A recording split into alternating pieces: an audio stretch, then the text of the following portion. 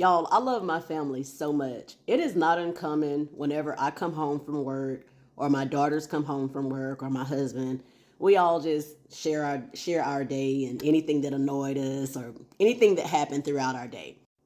Y'all should know my daughters by now. This morning I posted my oldest daughter, Maddie. It was her today's her birthday, and Addison is the younger one. I think the last time I posted her, we were at a restaurant and she was like giving us the rundown on, or the oldest daughter, the rundown on how she should watch her sugars and stuff like that in food. She's so funny.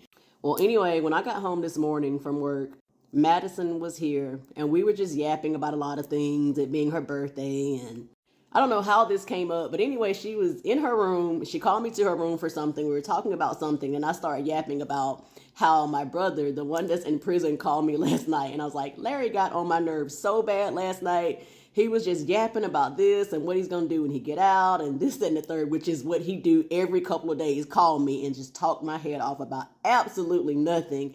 And I was getting aggravated, but I wouldn't let him know it. But he could kind of sense it because he said, I know I'm getting on your nerve talking about all this, but let me tell you one more thing.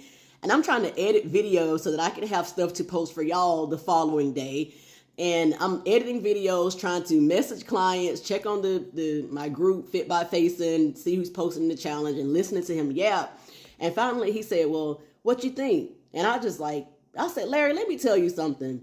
I said, long as you can get out of that victim mindset, I said, because that shit is like the biggest turnoff nowadays.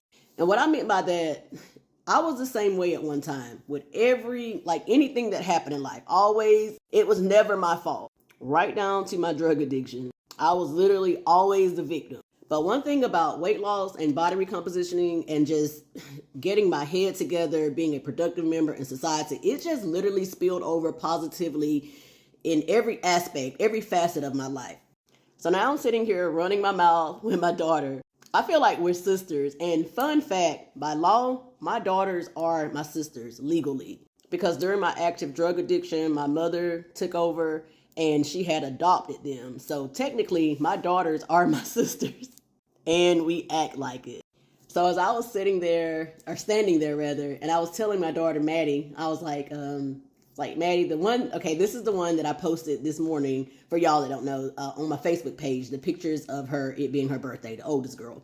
So anyway, we're just yapping and I was like, yeah. And I was telling him, I was like, Larry, I said, even with social media, I was like, I love my audience to death. I said, but they know I don't play that shit, that victim mindset. I always tell them, let's become aware of our habits. Let's take accountability. Because my brother, right before he went to prison, a lot of the times he would tease me and be like, Adrian, you doing all this walking, you're in the gym. Girl, you ain't never going to lose no weight or whatever. And he would just tease me and I would always go, well, I can't, I'm trying and this, that, and the third. I never gave up, but I seriously thought I was trying and was beginning to honestly feel like maybe it was just my genetics. Maybe I was meant to be overweight. And my daughter, Maddie, would say the same thing back then. Like, Mama, we just meant to be big. Like, we're big boned people. And I was just like, girl, no. So anyway, I was talking to my daughter back to that. And I'm just sitting there yapping to her. And I said, like the other day, Maddie, I said, I know you like all of my videos, but I said, when I was talking to the audience, I let them know the reason why they're overweight is because they fucking love food. They're addicted to food and they hate the fucking gym. And if y'all follow me, I just posted this video so y'all know what I'm talking about. And I looked at my daughter and she was looking at me like, girl. And if y'all notice, she's a beautiful girl, but she's a little healthy. She is pretty as hell though. But see, now this is why I love my job and I'm very passionate about it. From watching my husband struggle for a very long time and saying the hell with it. My daughter Madison, I've always shared with y'all that she lost over 50 pounds. She tracks calories. She's got all the habits there. She logs her food.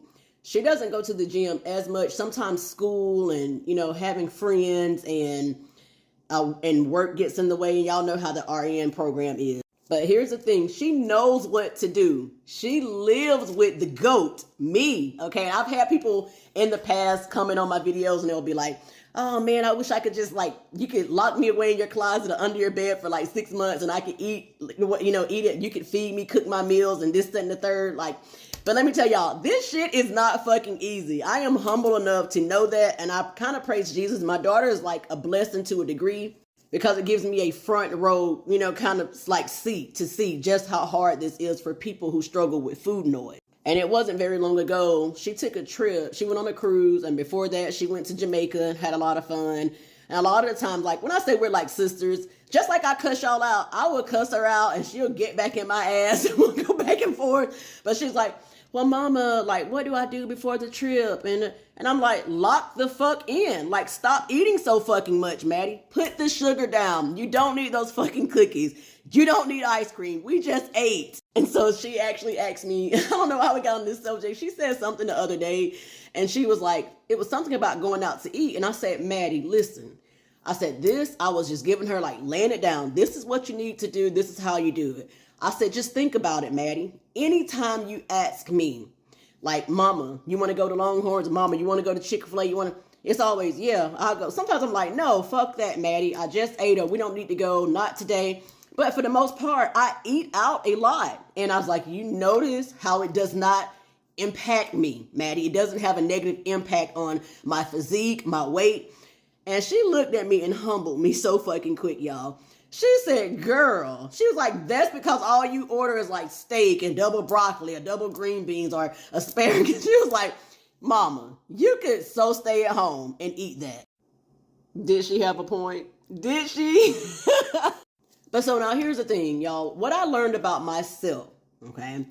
A lot of times, and my husband taught me this, even long before he got his shit together. I had a hard time at one time understanding my daughter's addiction to food just being so strong. And he asked me, he said, Adrian, when we were addicted to drugs, okay, he said, how easy was it for you to quit? No matter how it was altering your looks. Y'all know I have a partial top and bottom. All of my natural teeth are not real. A lot of the times I would be, oh my God, like so skinny, like a very unhealthy skinny. You can definitely tell that I was battling an addiction a lot of the times in my past. When you looked at me right there toward the end, I didn't look as bad right before I went to jail. But for the most part, then again, it's maybe it's just me trying to desensitize myself to it. But I've done not transformations, but recovery videos showing y'all how bad I looked during my active drug addiction. And that shit humbled me so fucking quick, And on top of that, I know what it's like to battle a food addiction as well. But because I had just got done fighting off hardcore drug addiction, that was the hardest thing one of the hardest things I think I ever had to do in my life. Many, many years ago, I heard Michael Jackson say or come to peace with the fact that he thought that he would die just the way that he did, just like Elvis Presley. He had already predicted that. I had already came to grips with it with myself as well. I've had a lot of close calls, accidentally ODing. Y'all just don't know the half. But one day I will make a long form video on YouTube and touch on that. But before I get any further and get off track, what I realized with myself, like I said, something that my husband taught me in general, he said, Adrian, let me tell you something. Once I got clean off drugs, both of my daughters were so happy to finally have their mother. For a long time when I was out in the streets, drugging, my mother had my children. My youngest daughter, her father's side of his family would get her a lot.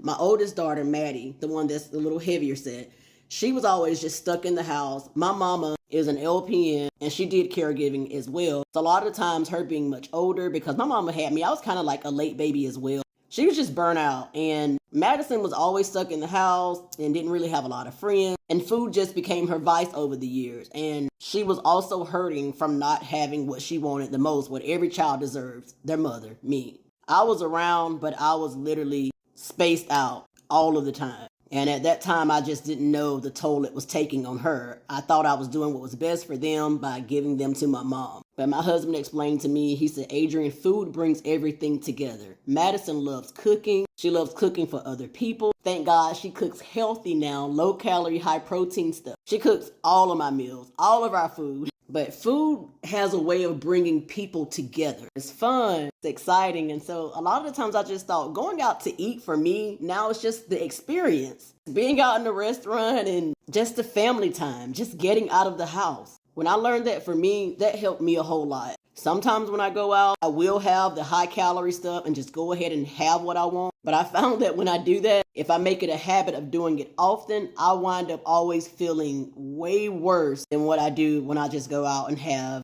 a lean protein on the menu, a vegetable, and a healthy carb. Took a lot of getting used to, but I have never came home hours later and been like, God, I regret not doing that. Not once, not never.